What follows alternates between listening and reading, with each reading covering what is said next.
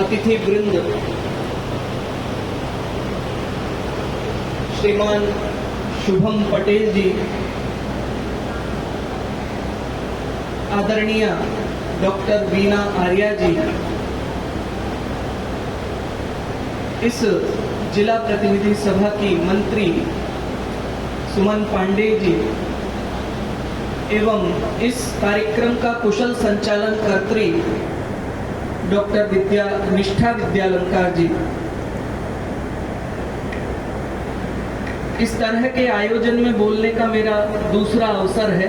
पिछले वर्ष भी मैं संस्कृत संस्थान की ओर से एक काव्य पाठ हुआ था, तो संस्कृत काव्य पाठ था, तो उसमें तो श्रोताओं का अभाव था, लेकिन मैंने सबको श्रोता मान करके अपनी कविता पढ़ी थी कि जो जहाँ बैठा है, जहाँ घूम रहा है, सब लोग सुन रहे हैं।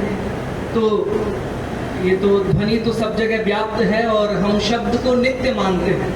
मेरे मुख से निकला हुआ शब्द भी कहीं ना कहीं प्रसरित हो गया वातावरण में, और अगर हम शुद्ध बोल रहे हैं, अच्छा बोल रहे हैं, तो कहीं ना कहीं किसी को वो प्रभावित कर रहा है, ये मान के चलिए। और अगर आप अपशब्द बोल रहे हैं तो वह भी प्रभावित करता है। इसीलिए कहा जाता है कि शब्दों को बोलिए, शब्देनैवार्थो विधेयः, शब्द से ही अर्थ कहिए, अपशब्द से मत कहिए। दोनों का प्रयोग करने पर अर्थ तो समझ में आता है, लेकिन अगर आप अपशब्द का प्रयोग कर रहे हैं तो उससे कहीं ना कहीं उस नित्यत्व में जो एक विकार उत्पन्न हो जाता है वो हमेशा विद्यमान रहता है। तो शब्द को ब्रह्म मानना, शब्द पतंजलि कहते हैं अक्षरम नक्षरम विद्या, अक्षर क्या है, क्षर नहीं होगा, क्षरण मतलब नष्ट नहीं होगा। तो जो कुछ बोलिए मन और वचन सब बुद्धि से तोल करके बोलिए, बिना उसके बोलेंगे तो निश्चित रूप से वह वातावरण में एक अशुद्धि का प्रसार करेगा। ध्वनि प्रदूषण पर अब बहुत ज्यादा काम हो चुका है, बहुत वैज्ञानिक उस पर लगे हुए हैं।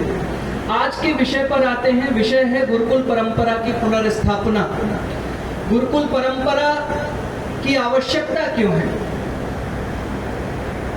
मुझे लगता है कि आज जो ये हम पुस्तक मेला लगा रहे हैं, ये इस बात का प्रतीक है, इस बात का प्रमाण है कि अगर गुरुकुल परंपरा होती तो इसकी आवश्यकता न होती, किसी रूप में इसकी जरूरत नहीं थी। पढ़ने वाला अपने मन से अपना स्वाध्याय कर रहा होता। ये तो आज की परिस्थिति है कि हमें प्रचार प्रसार करना है कि पुस्तकें पढ़िए, पुस्तक देखिए, सद्विचारों को जानिए। ये आज की हमारी समस्या है। इस समस्या को दूर करने के लिए हम पुस्तकों का प्रचार कर रहे हैं कि भाई पुस्तकों को मित्र बनाइए। आपने अपना मित्र बना रखा है, इसको हमेशा साथ रहता है। ये आत्मा के बाद अब दूसरा हो गया है, आत्मा सदृश ही है लगभग। आज व्यक्ति मोबाइल को ऐसे पकड़े रहता है, शरीर में चोट बाद में देखेगा, एक्सीडेंट होने पर, गिरने पर पहले देखता है आईफोन किधर पड़ा है, कहीं टूट तो नहीं गया। शरीर में टूट फूट हुई है उसको बाद में ध्यान देता है। तो हम इतने वस्तुवादी हो गए हैं, इतने हम भौतिकवादी हो गए हैं कि हम भौतिकता के प्रचार प्रसार में या उसी में संलग्न हैं, कहीं प्रत्यक्षतः, कहीं परोक्ष रूप से। हमारी पद्धति क्या थी? हमारी पद्धति थी, आज हम ध्वनि प्रदूषण की बात करें, वायु प्रदूषण की बात करें, संसार में जितना भी प्रदूषण फैल रहा है, कहीं ना कहीं उसके मूल में हमारी जीवन पद्धति है।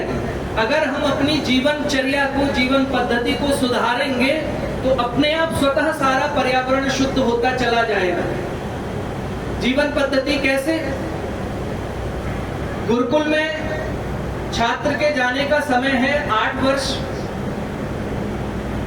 और 10 वर्ष, 12 वर्ष, ऐसे करके 3 उसके चरण हैं कि अगर ज्ञान की प्राप्ति में जिसको लगना है वो 8वें वर्ष में चला जाए। जिसको जीवन भर ज्ञान की ही परंपरा को बढ़ाना है, विद्या की परंपरा को बढ़ाना है, वो 8 वर्ष में गुरुकुल में वह छात्र चला जाए, वह माता पिता अपने बच्चे को भेज दें। जिनको राजनीति शास्त्र में उन्हें योद्धा बनाना है, अपने देश की रक्षा के लिए सुयोग्य रक्षक बनाना है, तो वो 10वें वर्ष में जरूर भेज दें।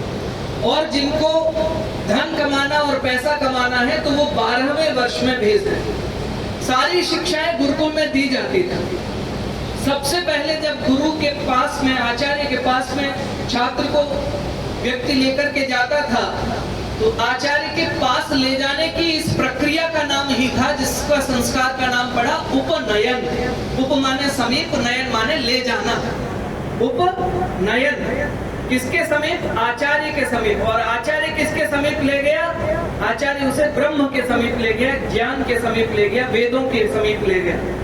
और वहां उपनयन संस्कार में जब संस्कार होता था तो उस शिष्य को 3 धागे वाला एक उपनयन, जनेऊ जिसको कहते हैं, अब तो केवल विवाह से पहले होता है और बड़ी विचित्र परंपराएं पड़ी हुई है।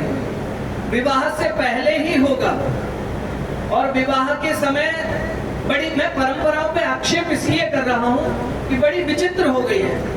केवल उसी समय होगा, उसके बाद ना उसका कोई महत्व है, ना उससे पहले कोई महत्व है। कुछ उसका लेना देना अब उनके जीवन से नहीं रहा है। लेकिन उसके जीवन से लेना देना कैसे था कि आचार्य जब उपनयन संस्कार करते हुए आचार्य उसी समय कह देता था कि ये 3 ऋणों का प्रतीक है कि हे जीवात्मन, हे मनुष्य, तेरे ऊपर जन्म लेते ही 3 प्रकार के ऋण हैं, ऋषि ऋण, देव ऋण और पितृ ऋण।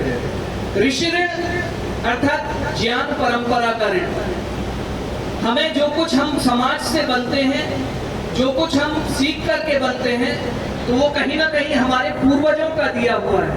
हमारे पूर्वजों ने सीखा, उन्होंने अपने वंशजों को सिखाया, उन्होंने फिर अगलों को सिखाया और वो परंपरा हम तक पहुंची। तो इस पूर्वजों की परंपरा के, ज्ञान परंपरा के संवाहक हम बने, अर्थात हम अच्छे से अच्छे ज्ञान की प्राप्ति में संलग्न हो। ये पहला ऋण था जिसको कहते हैं ऋषि